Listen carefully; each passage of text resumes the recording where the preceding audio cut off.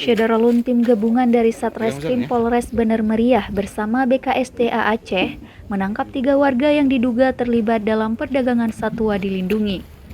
Ketiga tersangka itu berinisial SN, berjenis kelamin perempuan, warga Reronga, Kecamatan Gajah Putih, Bener Meriah. Kemudian tersangka NI dan THI, pria, warga Pintu Rimagayo.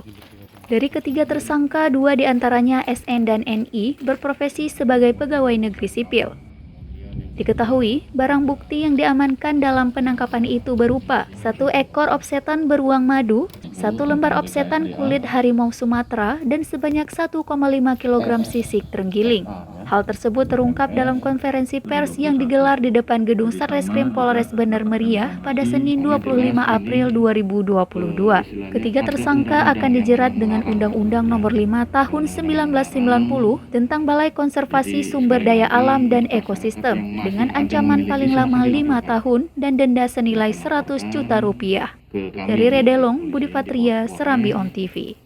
Ya, nanti akan kita koordinasikan dengan BKSDA, akan tindak lanjutnya seperti apa. Ya jangan istilahnya nanti jadi korban gitu.